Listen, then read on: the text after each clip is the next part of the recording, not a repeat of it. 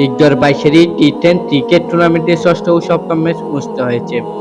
আজ বিকাল 4 ঘটিকায় বাইশেরী উচ্চ বিদ্যালয় ও কলেজ মাঠে ষষ্ঠ ম্যাচে মুখোমুখি হয় team of Baisheri batter electronic ও নাইজবুনিয়া ক্রিকেট একাদশ। টিম অফ নাইজবুনিয়া প্রথমে ব্যাট করতে নেমে 10 ওভারে 5 উইকেট হারিয়ে 136 রান সংগ্রহ করে।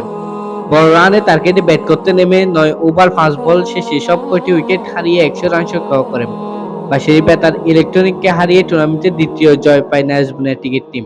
খেলা শেষে সৌদি প্রবাসী বিশিষ্ট সমাজসেবক আলহাজ বিন শামসুল আলমের পক্ষ থেকে ম্যান অব দ্য ম্যাচের শুভেচ্ছা গ্রহণ করেন টিম অফ নাইজবুনিয়ার অলরাউন্ডার করিম। একই সময় করলিয়া মোড়ের সঙ্গে শাহজু স্টেডিয়ামে দিনের দ্বিতীয় ম্যাচ ও টুর্নামেন্টের সপ্তম ম্যাচ অনুষ্ঠিত হয়েছে। উক্ত ম্যাচে টিম অফ ইগডর মেডিকেল সেন্টার ও ইগডর বাইতুসরফ পাড়া ক্রিকেট টিম অংশগ্রহণ করে। টিম অফ ইগডর বাইতুসরফ পাড়া প্রথমে ব্যাট করতে নেমে 10 ওভারে 5 উইকেট হারিয়ে